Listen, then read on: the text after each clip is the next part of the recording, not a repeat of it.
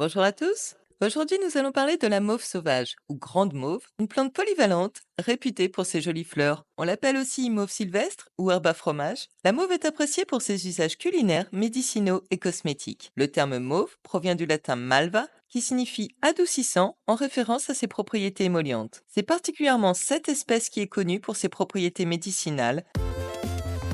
La grande mauve, Malva sylvestris, est une plante herbacée vivace de la famille des malvacées. Elle est originaire d'Europe, d'Asie et d'Afrique du Nord, mais on la trouve désormais dans le monde entier. La grande mauve est une plante rustique qui pousse principalement dans les sols riches en azote. On la trouve souvent dans les prairies, les champs, le long des chemins et dans les jardins. Elle est réputée pour sa facilité de culture. Elle ne nécessite que très peu de soins. Les tiges de la mauve sont dressées ou rampantes, souvent ramifiées, pouvant atteindre 1,30 m de hauteur. Elles sont couvertes de poils doux. Les feuilles sont alternes, pétiolées et palmées et possèdent entre 5 et 7 lobes arrondis. Elles présentent des bords dentés, elles sont vertes et recouvertes de fins poils et peuvent atteindre jusqu'à 10 cm de diamètre. Les fleurs sont en forme de coupe, avec un diamètre d'environ 3 à 5 cm, de couleur rose à mauve, parfois plus clair, presque blanc, et striées de veines pourpres plus foncées. Elles sont regroupées en bouquets à l'aisselle des feuilles. La floraison a lieu de juin à septembre. Le fruit est un schizocarpe formé de nombreux petits segments disposés en cercle. On lui donne souvent le nom de fromageon. Alors, je vais faire un petit aparté pour parler des autres espèces de mauve. La grande mauve est particulièrement connue pour ses propriétés médicinales, émollientes, adoucissantes, mais le genre Malva comprend une grande quantité d'espèces, allant des petites plantes rampantes aux arbustes imposants. Bien que la plupart des mauves partagent des propriétés médicinales similaires, émollientes, adoucissantes, anti-inflammatoires, certaines sont plus connues pour leur qualité ornementale ou culinaire. Chaque espèce a ses particularités, que ce soit en termes de taille, de fleurs ou d'habitat. Pour ne pas faire une vidéo trop longue, je vais juste les citer et passer sur leurs caractéristiques que vous pourrez retrouver sur le site de lapetitemusiquedansla-forêt.com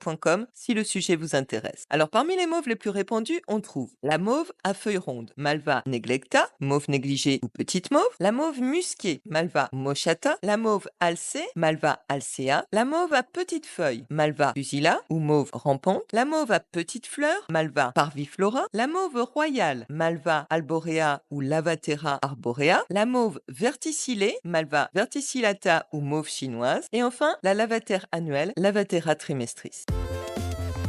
Dans l'Antiquité, les Égyptiens l'utilisaient pour ses propriétés émollientes et laxatives. Les Grecs et les Romains considéraient également la mauve comme une plante précieuse, l'utilisant à la fois en cuisine comme un légume et en médecine comme un remède quasi universel. Les Romains l'appelaient omnimorbia, ce qui signifie toutes les maladies, sous-entendant que la mauve pouvait toutes les soigner. Au Moyen-Âge, elle était souvent employée pour traiter les affections respiratoires, digestives et cutanées. Elle était également associée à la magie et à la protection contre les mauvais esprits. En médecine traditionnelle chinoise et ayurvédique, la mauve est reconnue pour ses vertus apaisantes et hydratantes.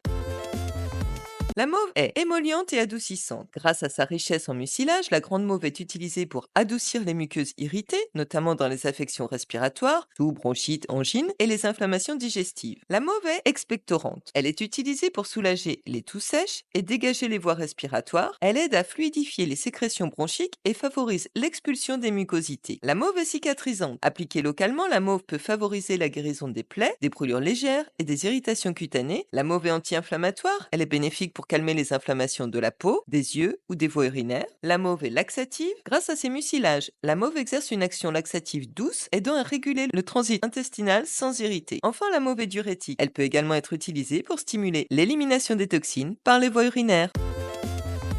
Tout est comestible dans la mauve, feuilles, fleurs et fruits. Les jeunes feuilles de mauve peuvent être ajoutées crues aux salades pour leur saveur légèrement sucrée et leur texture croquante. On peut aussi les cuire comme des épinards. Elles apportent alors une texture douce et veloutée au plat. Les feuilles ont une texture légèrement mucilagineuse lorsqu'elles sont cuites, ce qui peut épaissir les soupes ou les ragoûts. La soupe de mauve est consommée pour ses bienfaits digestifs d'ailleurs. Les fleurs de mauve sont souvent utilisées pour décorer les salades, les soupes, les desserts, les sorbets, les cocktails. Elles ajoutent une touche de couleur et un petit parfum délicat. Enfin, les fromageons peuvent se déguster tels quels en tant que petite collation. Ils étaient autrefois grignotés par les enfants dans les champs et on les surnommait bonbons des champs. Certaines personnes apprécient leur texture légèrement croquante lorsqu'ils sont bien mûrs. Les fromageons peuvent être ajoutés à des salades pour apporter une texture originale, ajoutant une petite note croquante et agréable. Comme les feuilles de mauve, les fromageons peuvent aussi être ajoutés à des soupes pour leur texture légèrement épaississante. On peut enfin faire une farine de fromageon. Si on les récolte en grande quantité et qu'on les fait sécher, ils peuvent être moulus en une fine poudre et cette poudre peut être utilisée pour épaissir des soupes ou des sauces. Ceci dit, cette pratique est de moins en moins courante.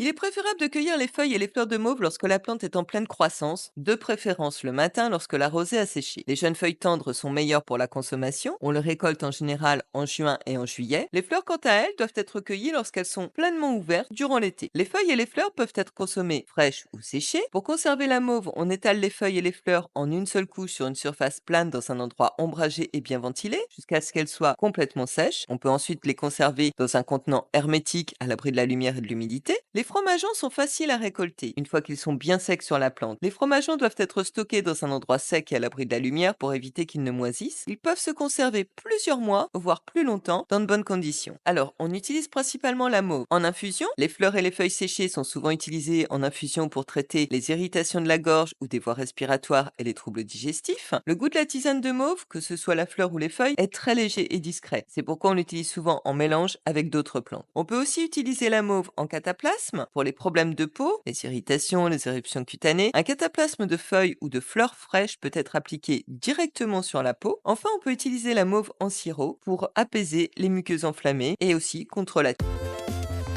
la mauve a d'autres applications intéressantes. En cosmétique, les extraits de mauve sont utilisés dans les produits de soins pour leurs propriétés hydratantes, apaisantes et anti-inflammatoires. Elle est souvent intégrée dans les crèmes, les lotions et les produits de soins pour la peau sensible et irritée. En teinture naturelle, les fleurs de mauve peuvent être utilisées pour préparer une teinture produisant des nuances de violet, de rose et de bleu. En jardinage, la mauve est une plante ornementale populaire dans les jardins en raison de ses belles fleurs et de sa facilité de culture. Elle préfère les emplacements ensoleillés, mais elle tolère également une ombre partielle.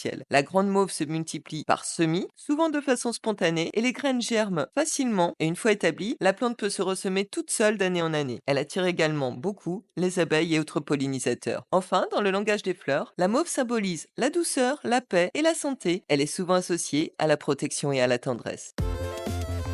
Bref, la mauve est une plante magnifique et appréciée depuis des siècles pour ses propriétés médicinales, culinaires et cosmétiques. Cultiver et utiliser la mauve, c'est renouer avec une tradition millénaire. Que ce soit pour apaiser les maux de gorge, agrémenter une salade, prendre soin de la peau, la mauve mérite une place dans notre jardin et dans notre pharmacie naturelle. Et puis, proposer quelques fromageons à grignoter en guise d'amuse-gueule apportera une note d'originalité à vos apéritifs. À bientôt!